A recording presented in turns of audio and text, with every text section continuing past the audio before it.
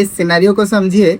Client ने आपको बोला कि हमको परचेज ऑर्डर का अप्रूवल व्हाट्सएप पे चाहिए, हम एसएपी के अंदर जाएंगे भी नहीं, और आपने सीधा सीधा वो प्रोसेस कॉन्फ़िगर करना चालू कर दिया एसएपी के अंदर। और 2 महीने के बाद क्लाइंट आपको आके बोलता है ये तो हमारा रिक्वायरमेंट नहीं था, हमारा फॉर्मेट कुछ अलग था, हमने तो ये कभी बोला ही नहीं था। अब हो जाता है सबसे बड़ी गड़बड़ी, यानी कि आपका प्रोजेक्ट कहाँ जाएगा आपको पता नहीं है। ये प्रॉब्लम क्यों होता है? ये प्रॉब्लम नॉर्मली होता है अगर हमारे पास कोई फॉर्मल डॉक्यूमेंटेशन नहीं हो, जो हम डिस्कस कर रहे हैं या फिर जो हम बात कर रहे हैं अगर उसका कोई फॉर्मल डॉक्यूमेंट ना हो। तो नमस्कार दोस्तों, हम लास्ट क्लास में बात कर रहे थे इम्प्लीमेंटेशन प्रोजेक्ट के बारे में, जहाँ पे हमने समझा इम्प्लीमेंटेशन यानी कि अभी का जो एक्टिवेट मेथोडोलॉजी है या फिर राइज विद एस/4HANA में कौन से फेजेस होते हैं और उस फेजेस में काम क्या रहता है। तो उसी फेजेस को हम थोड़ा थोड़ा एक्सपैंड करेंगे और हम जानेंगे इंडिविजुअली हमको काम क्या करना रहता है और हमको क्या नहीं करना रहता है।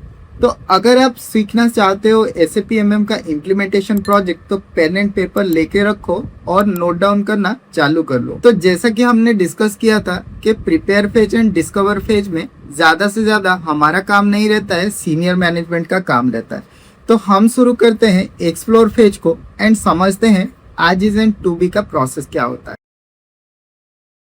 तो इसको अगर हम आसान सी भाषा में समझेंगे तो आज इसका मतलब होता है कि आज आप कैसे काम कर रहे हो एंड आपको प्रॉब्लम क्या आ रही है एंड आपको कैसा सॉल्यूशन चाहिए।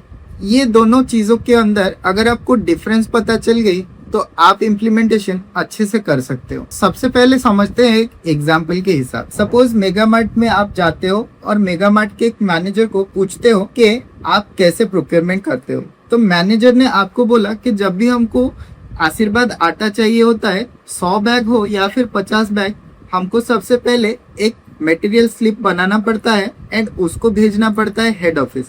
जब हेड ऑफिस में अप्रूव हो जाता है तब उसको सप्लायर के पास भेजा जाता है एंड वहां से फिर सप्लायर हमको मटेरियल सेंड करता है और हम अपने स्टोर पे रिसीव करते हैं। प्रॉब्लम की बात अगर करें तो इस प्रोसेस में आपको 5 से 6 दिन लग जाता है, क्योंकि आप जो डेटा है उसको भेज रहे हो मैनुअली किसी के पास। अब आपको सोल्यूशन चाहिए। यहाँ पे आप सोल्यूशन बोलते हो कि ये प्रोसेस तो हम SAP में आसानी से कर सकते हैं और मिनटों में कर सकते हैं। सबसे पहले आप परचेज रिक्विजिशन बनाओ। परचेज रिक्विजिशन ऑटोमेटिकली अगर हम अप्रूवल सेट करें तो जिसके पास अप्रूव होना है वो ऑटोमेटिकली उसके इनबॉक्स में चला जाता है एंड उनको SAP ओपन करने की जरूरत भी नहीं है। S/4HANA में मोबाइल से ही अप्रूव हो जाता है। 5 मिनट में आपका PR अप्रूव हो गया एंड उससे PO कन्वर्ट होके ऑटोमेटिक बैच जॉब से सप्लायर के पास चला भी गया। 5 दिन का काम 5 मिनट में आपने आसान कर दिया। लेकिन अभी यहाँ पे रुकिए, ये तो आपने मुंह जुबानी एक सोल्यूशन बता दिया और आपके क्लाइंट ने भी हाँ कर दिया,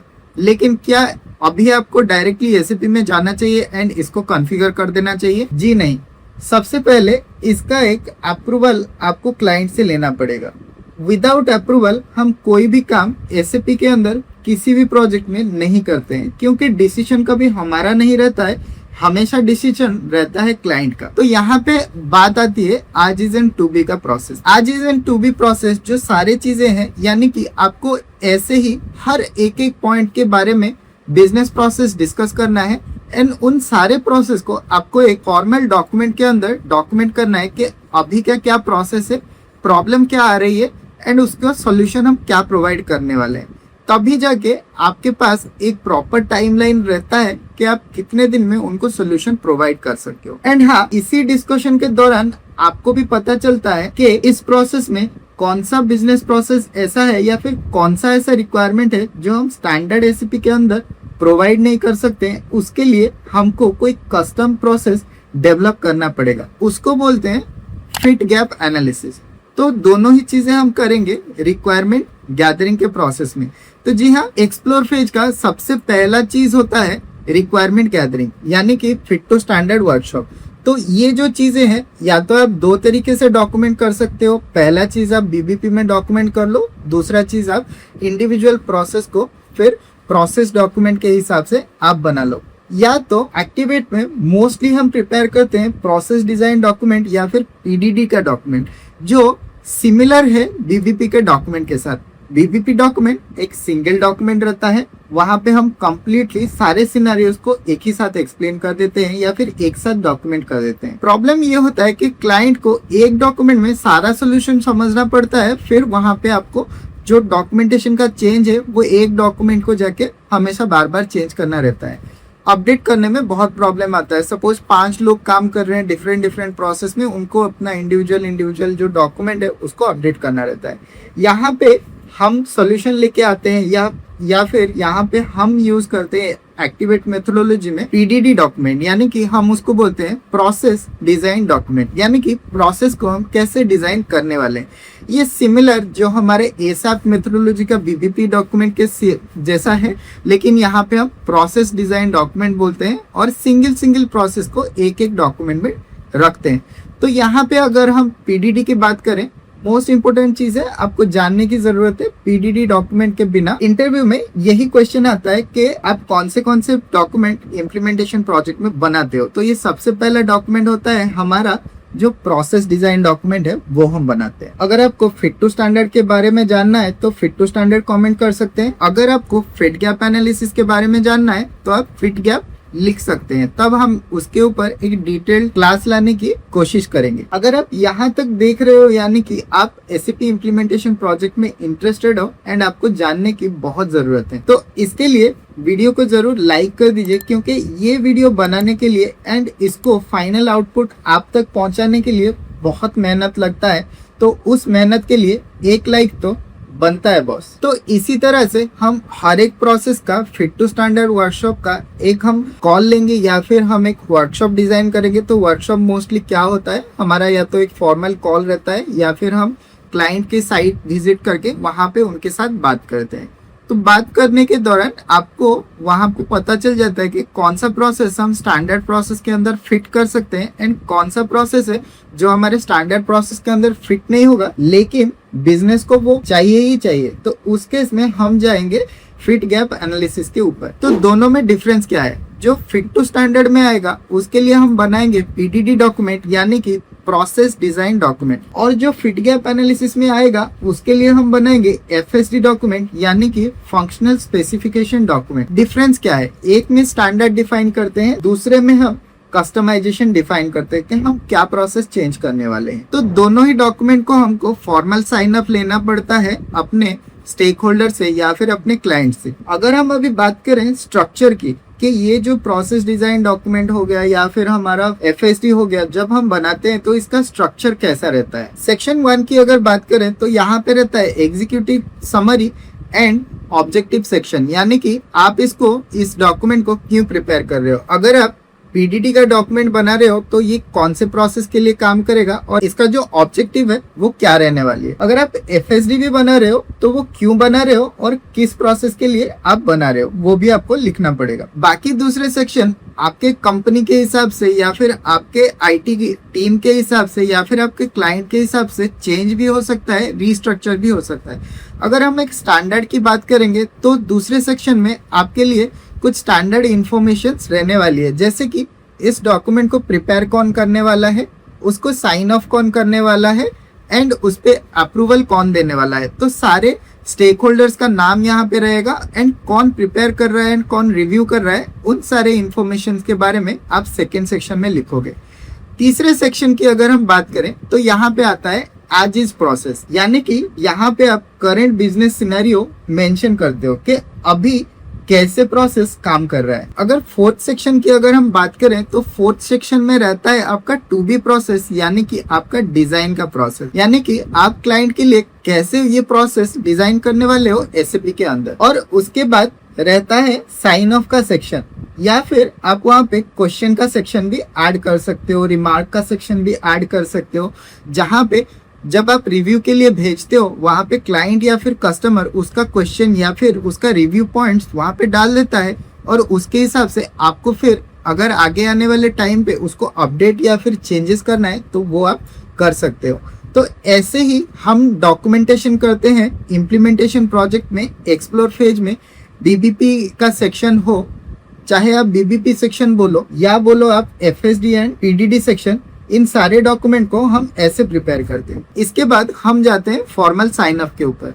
तो जब डॉक्यूमेंट प्रिपेयर हो गया, सॉल्यूशन प्रिपेयर हो गया, आप जाते हो क्लाइंट के पास कि आपसे जो हमने डिस्कस किया था उसके हिसाब से हमने ये ऐसा प्रोसेस डिजाइन किया है, क्या ये आपको सही लग रहा है या फिर आप इसमें कुछ चेंजेस चाहते हैं। यहाँ पे आपके लिए सबसे इम्पोर्टेंट चीज ये है कि आपको ध्यान में क्या रखना है। जब भी आप कोई भी डॉक्यूमेंटेशन बनाओ तो डॉक्यूमेंटेशन में सबसे पहले जो ग्रामर रहता है, जो डॉक्यूमेंटेशन का लैंग्वेज रहता है, जो फॉर्मेलिटी रहता है, वो सारा आप मेंटेन करो। और इसके लिए आपको अभी बहुत मदद करेगा एआई, क्योंकि पहले के जमाने में हमारे पास एआई नहीं था और इंग्लिश का नॉलेज तो क्या ही बोले, सबका माशाअल्लाह माशाअल्लाह। तो जिन लोगों को नॉलेज नहीं होता है इंग्लिश के ऊपर और वो कुछ भी लिख देते हैं और बाद में क्लाइंट उसको समझ में नहीं आता है, और ऐसा काफी टाइम देखा गया है कि काफी सारे डिजाइन डॉक्यूमेंट्स रिजेक्ट बस इसी के लिए किए गए हैं कि वहां पे ग्रामेटिकल मिस्टेक रहता है और क्लाइंट को वो समझ में ही नहीं आता। तो ये गलती आप कभी मत करना। जब भी डॉक्यूमेंटेशन प्रिपेयर करो, आप अपने से डॉक्यूमेंटेशन करो एंड उसके बाद अब उसको डेफिनेटली एआई के साथ चेक करो और एआई को बोलो उसको विदाउट चेंज इम्प्रूव करने के लिए, फॉर्मेलिटी चेंज करने के लिए, या फिर वहां पे आपका जो ग्रामेटिकल मिस्टेक है उसको करेक्ट करने के लिए आप ये ट्राई करो एआई के साथ। तो एआई यहाँ पे आपको हेल्प करता है, एआई कंसल्टेंट के लिए बनाया गया है। आपको पता है कि मैंने काफी सारे सेशंस में बताया है कि एआई आपका दुश्मन नहीं है, एआई आपका दोस्त है। तो यहाँ पे एआई आपको बहुत ज्यादा मदद करने वाली है और काफी सारे प्रोजेक्ट्स अभी इसी चीज के वजह से काफी स्मूथली रन हो रहा है, क्योंकि ये मिस्टेक्स एआई कभी नहीं करती। ग्रामेटिकल मिस्टेक जो हम लोग करते हैं या फिर जो हम बताने के लिए चाहते हैं वो हम बता नहीं सकते हैं इंग्लिश लैंग्वेज में। यहाँ पे और एक चीज की भी आपको जानने की जरूरत है। अगर आप S/4HANA इम्प्लीमेंटेशन में काम कर रहे हो देन SAP का ये मानना है कि हम कस्टमर की सारे हाँ में हाँ मिलाना नहीं चाहिए, क्योंकि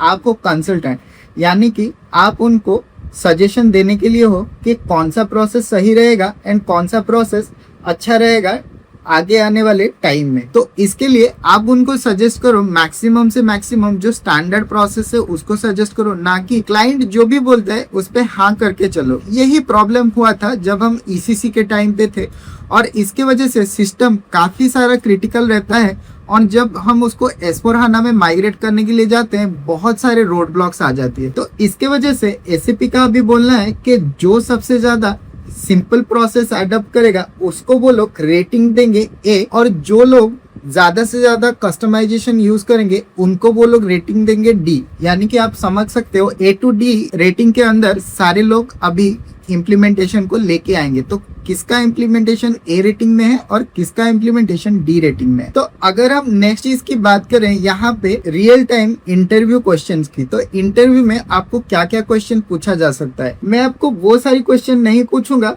कि आप PO कैसे कॉन्फ़िगर करने वाले हो या फिर आप सब कॉन्ट्रैक्टिंग प्रोसेस कैसे कॉन्फ़िगर करने वाले हो। ये तो रहा टेक्निकल का सवाल। अगर इम्प्लीमेंटेशन की बात करें तो इम्प्लीमेंटेशन में सिनेरियो बेस्ड क्वेश्चन बहुत ज्यादा आता है। सिनेरियो बेस्ड क्वेश्चन आपका कंसल्टिंग स्किल को चेक करने के लिए होता है। सपोज आपको मान के चलिए इंटरव्यूअर पूछता है कि जब आपका साइन ऑफ हो जाए देन उसके बाद अगर डिमांड चेंज होता है या फिर बिजनेस का रिक्वायरमेंट चेंज होता है तो आप क्या करते हो। अगर आपको आंसर पता है तो कमेंट सेक्शन में जरूर बताइए। अगर आपको आंसर जानना है तो भी कमेंट सेक्शन में जरूर बताइए। नेक्स्ट क्लास में हम इसको डिस्कस करेंगे या फिर कोई स्पेसिफिक क्लास हम बनाएंगे जिसके अंदर हम ये इम्प्लीमेंटेशन रिलेटेड सारे इंटरव्यू क्वेश्चन आंसर जानेंगे। तो इसका आंसर आप ढूंढ सकते हो एआई के मदद से। आंसर कितना सही होगा कितना गलत वो हम नहीं जानते हैं, लेकिन आप क्वेश्चन पूछ के एक बार देख जरूर सकते हो। तो ये था basically second class. I believe हल्का सा तो इंफॉर्मेशन और ज्यादा आपको मिला होगा इम्प्लीमेंटेशन प्रोजेक्ट के बारे में। अगर रिक्वायरमेंट गैदरिंग की बात करें, FSD की बात करें, PDD की बात करें या फिर आर्टिजन 2B की प्रोसेस की बात करें। अगले क्लास में हम देखेंगे कि हम ऑर्गेनाइजेशन स्ट्रक्चर कैसे बना सकते हैं और ऑर्गेनाइजेशन स्ट्रक्चर बनाने के लिए हमको क्या क्या चीजों की जानने की जरूरत है। हम यहाँ पे ऑर्गेनाइजेशन स्ट्रक्चर की कॉन्फ़िगरेशन नहीं देखेंगे, वो क्लास हमने ऑलरेडी कर दिया है, वो आप देख सकते हो कि SAP के अंदर ऑर्गेनाइजेशन स्ट्रक्चर कैसे बनता है। मैं आपको बताऊंगा इम्प्लीमेंटेशन प्रोजेक्ट में वो सारी डिटेल्स आप कैसे जान पाओगे अपने क्लाइंट के थ्रू से, या फिर इंटरव्यू में कौन सा क्वेश्चन आएगा ऑर्गेनाइजेशन स्ट्रक्चर के ऊपर इम्प्लीमेंटेशन प्रोस्पेक्टिव से।